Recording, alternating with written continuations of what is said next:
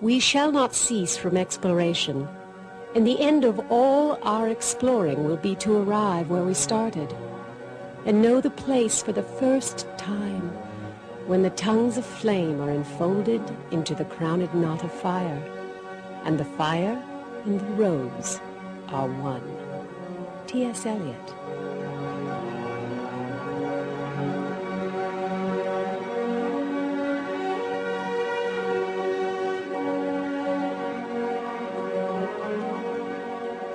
What do the Hopi Indians, Adolf Hitler, Tibetan monks and Icelanders have in common? Their belief in the idea that the earth is hollow. Their belief that the earth is not just physically hollow, but that this inner place, this inner realm, is the source of paradise. Scores of myths talk about it, in every country, in every culture. Is it true? We don't know. But join us as we begin our journey to discover the truth about the hollow earth.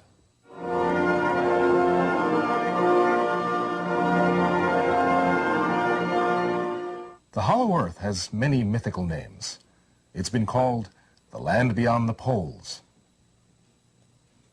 Valhalla, Utopia, the Garden of Eden. Is it the Avalon of Camelot described in the Arthurian legends? Who knows? Maybe all these names describe the same place, a real place. In Tibet, Agartha. In Egypt, Amerta. In Iceland, Asgarth.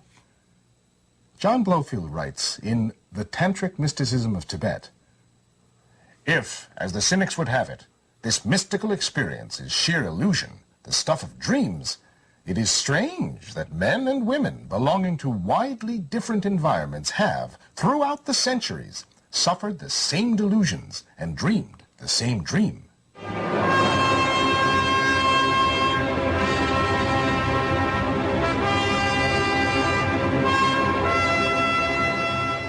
The hollow earth. In many legends, it is described as paradise lost. Lost to the people here in the outer world. For some, it is a place where the great ancients live, the people who hold the wisdom of the universe. Some say it is a place of perpetual light, where the inhabitants of Atlantis reside. In Iceland, belief in the hollow earth, or Ultima Thule, as a physical, mystical place is very common. In fact, most of the Icelandic folklore originates with this belief. To some Buddhists, it is a holy place, a place of great spiritual power. Other modern-day believers say the hollow earth is not the source of great knowledge, but rather the source of the greatest government cover-up ever known. That the hollow earth is actually connected to every major conspiracy theory in more ways than one.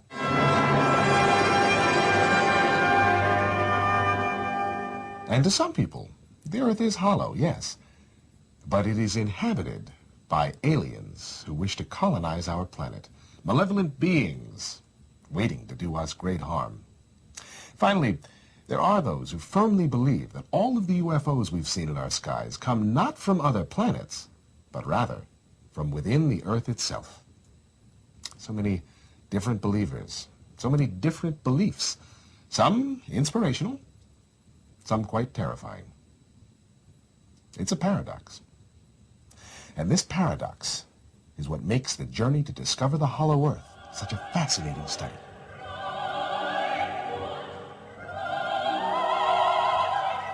Let's look at some scientific data. Now, we do have one indisputable hard fact. Our perception of the universe is changing every second. New discoveries have redefined our definitions of time and space. And as physics and metaphysics continue to cross paths, as hard science continues making new discoveries, our perception and awareness of reality will change drastically. Could there be a way to make a journey into the inner realm? A real physical place inside the earth? And by doing so, by going to the center of the earth, bring paradise to mankind here on the outer earth? There is a group of researchers who work with the International Society for the Complete Earth This team of researchers has examined every aspect of the hollow Earth for the last 15 years. There's one thing we're certain of. We're looking for an answer to a question. Is the Earth, in fact, hollow and populated with a race with advanced knowledge and technology? If so, what does this mean for the world? In the Western world, the idea has been explored by many modern writers. H.G. Wells, Aldous Huxley, Hermann Hesse. As the author of Lost Horizon, James Hilton writes about Shangri-La, a lost paradise. Sound familiar? And the most famous of all, Jules Verne's A Journey to the Center of the Earth. One of his characters says, "A magnificent, glorious spectacle. Do you not admire this place and these crystals? But we must have returned to the surface of Mother Earth. If not, I must be mad. For do I not see the light of day? Do I not hear the whistling of the wind? Ah, our geological science must be in its infancy." A myriad of books, all exploring the idea of a hidden paradise in a secret place. Now, what prompted all of these writers to write of this lost and hidden paradise? Random thoughts? Maybe. It's well documented how the Eastern world looks at the idea of the hollow Earth. In religion, it's considered a true geographic and metaphysical place. Many Tibetan monks won't even discuss the location of the secret entrances to the hollow Earth. Some Buddhists, when they talk about the journey within, they mean the journey within the soul and the journey within the earth. When asked if the inner earth wasn't just some imaginary place or the paradise of the mind, the Dalai Lama stated emphatically, "No, definitely not. Shambala has a material existence in this world." There are certain places in the world which are considered geographical access points, like Mount Pago-Punsum in Tibet, Stonehenge in England, Mount Shasta in California, certain caverns in South America, caves at the bottom of the ocean floor, and of course, the openings at the North and South Poles. The Western idea that the Earth was hollow began in the scientific community in 1628, when British astronomer Edmund Halley, of comet fame, proposed, "I believe the Earth consists of concentric spheres like a Chinese puzzle box. These spheres support life and are bathed in perpetual light." Halley also had definite ideas about the aurora borealis. Now we know the world is flattened at the poles, so the outer layer of the Earth, the outer layer of my Chinese box, could be thinner, allowing gas to escape from the interior of the Earth. Then along came John Sims with his Sims holes theory in the 1800s. Halley was right about the concentric spheres, but he missed the openings at the poles, the oceans flowing in and out of these openings, and I feel there is no doubt there are also inhabitants inside the Earth. Sims' theory caused enough excitement to inspire Congress and the President of the United States, John Quincy Adams, to finance the Wilkes Sea Expedition. Led by Lieutenant Charles Wilkes, it was the first major American sea quest to locate and explore the hollow Earth. President Adams exclaimed, "I am fascinated by the possibilities. We need to be willing to go forward in discovering new lands, expanding our horizons. I say give them the money. This could be the greatest discovery since America." The Smithsonian was created to house all the artifacts found during the sea quest. It's true. The Smithsonian and the hollow Earth. Perhaps new discoveries from the hollow Earth found on future expeditions will end up in the Smithsonian. In 1929, Marshall B. Gardner, the author of A Journey to the Earth's Interior, or Have the Poles Really Been Discovered, wrote, "I find all the previous theories to be somewhat on the right track, but in addition, I believe the interior of the Earth is being illuminated by a sun that is approximately 600 miles in diameter, and the holes at the poles are definitely over 1,000 miles in diameter." Gardner went on to challenge all claims made by any explorers who had previously found the poles.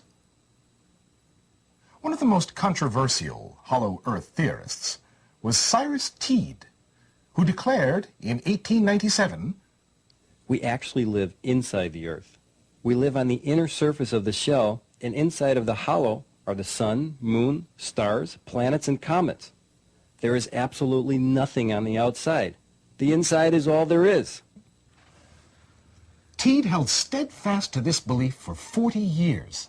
Now, the Teed cult survived into the 1940s and gained supporters in Germany when an aviator named Peter Bender became convinced that Teed was right.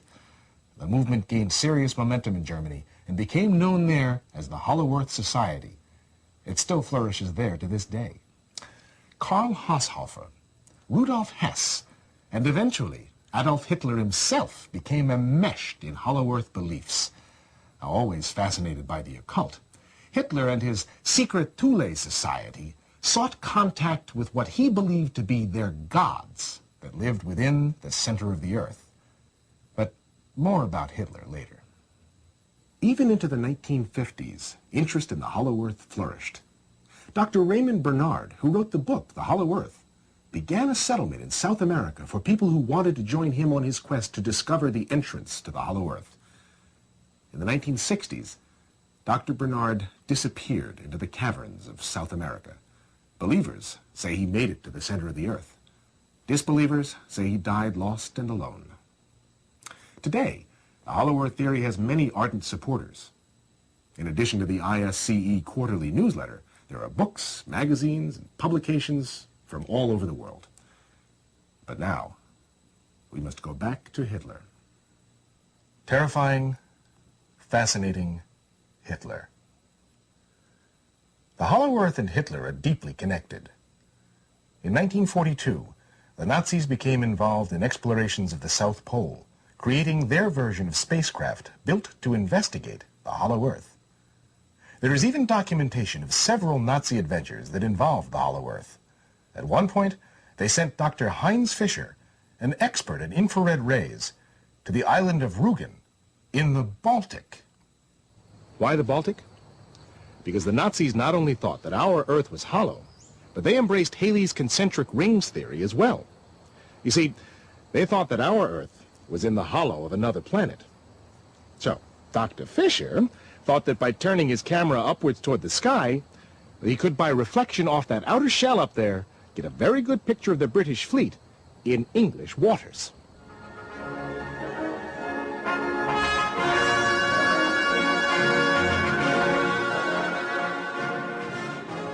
There were, and are today, many people who believe that Hitler's remains, his ashes, and gold stolen during the war were taken by submarine to the Hollow Earth after World War II.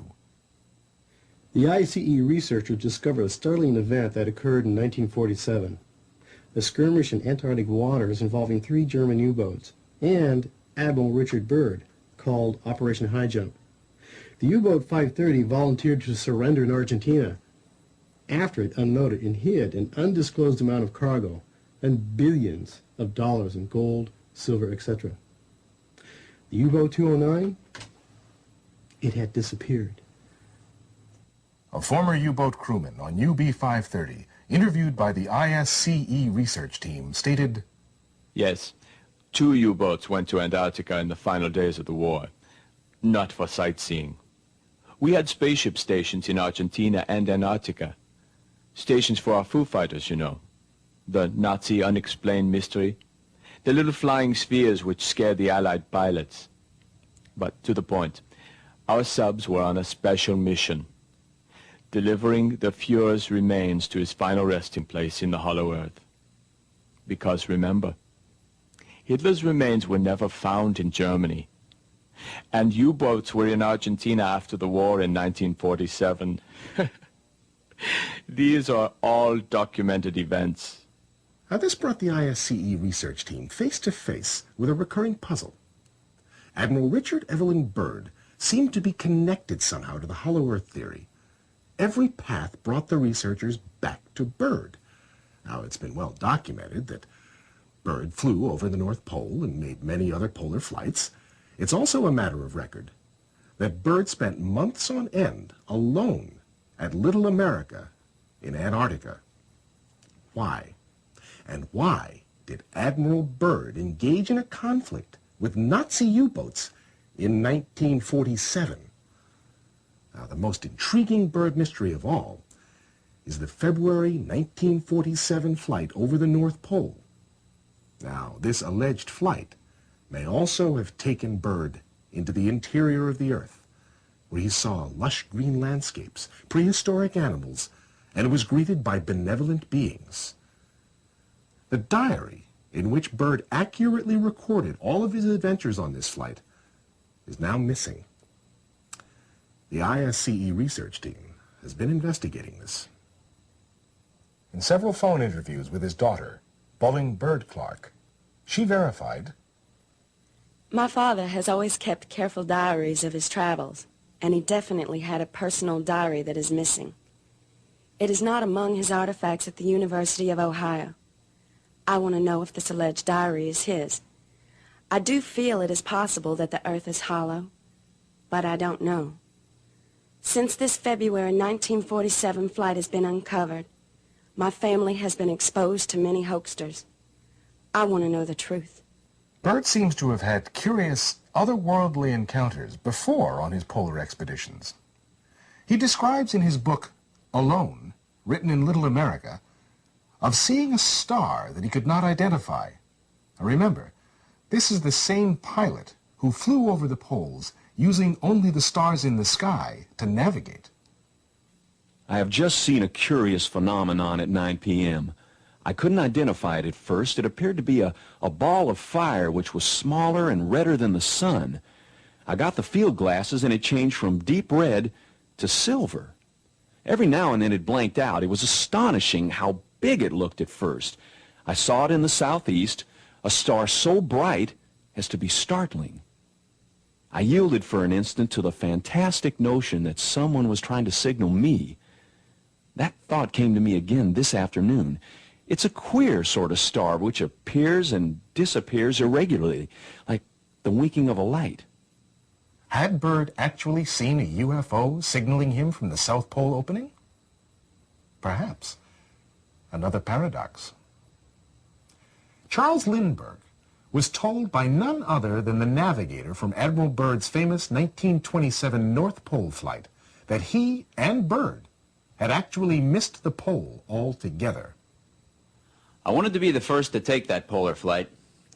I am willing to secure financing to help establish the true polar identity. And also, while we're there, we can do some extra investigation. I've been following this hollow earth theory for some time. Maybe we can change the face of science once and for all." There are many stories about people who've lived in the inner realm and sent communications back to their loved ones. The ISCE is in possession of a letter written by a former Nazi U-boat crewman to his comrades back in Germany. The curious thing about this letter is that it was written after the submarine disappeared on a mission to Antarctica. The letter arrived in Germany in 1947, years after the war. The handwriting was verified by the man's family. 20 April 1947. Dear old comrade, this news will be a surprise for you. The submarine 209 made it. The Earth is hollow. The whole crew is well, but they cannot come back. We are not prisoners. This is your last connection with the submarine 209. With hearty greetings, your friend Hans. Does all this seem curious or even outlandish? Well, perhaps. But consider this analogy. The Loch Ness Monster is a fantastic example of a folklore legend that has become a case study for hard science. Is Nessie truth or fantasy? Well, reasonable people have sworn they've seen the monster, so scientists have gone to look for it. They've raised money. They've gone on expeditions. There have been photos of Nessie that have been studied, and some have been exposed as hoaxes, fakes, but others have been verified, making hardcore skeptics and scientists change their minds. So, as science continues to explore the universe, our perception of reality changes. Now, what does hard science have to say about geophysical planet Earth? It's hard, molten iron with a mantle crust. No, that's already old news. Newsweek, Scientific American, and New Scientist, to name a few, have written about the new theory of what constitutes the Earth's core. Scientists feel that the core could be a new, never-before-seen, mysterious form of iron. Scientists are reevaluating their idea of the temperature of the Earth's core. The new thought, it could be cooler. Cool enough to sustain life forms? Infrared mapping of the Earth has shown underground caverns and inner continents inside the Earth. Now that could make room for paradise inside the Earth's crust. Reality changes again. Now, with these new thoughts in mind, the ISCE researchers feel that anything is possible, especially concerning the hollow Earth. Most importantly, the ISCE is committed to making a journey to discover the hollow Earth, to see if Sims was right, if there are really openings at the poles, to actually reenact Byrd's famous February 1947 flight over the North Pole. I'm the operations manager for the ISCE. I've been involved with Danny Weiss and the research now for about 15 years. We've been gathering information from books and all sorts of other sources leading up to this big adventure. We've got a lot of people interested now in our reenactment of the North Pole flight. And we have people from all walks of life. We have other fellow researchers interested in the physical and geophysical possibilities of it. We have metaphysical people who are interested in that possibility. We have UFO people. We have teachers, a doctor, obviously a pilot. This adventure is being undertaken in association with the Icelandic government. The flight will begin in Iceland, then fly to Spitsbergen, and then fly across the pole and beyond. We want to put this mystery to rest. In anticipation of the trip, we're trying to build the biggest possible library and data bank and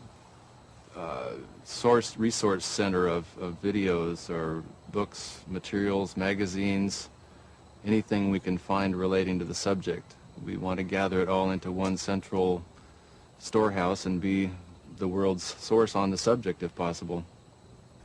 As the skies over the North Pole have opened up with the close of the Cold War, Weiss has been rapidly putting together this daring reenactment to see if the truth can be found.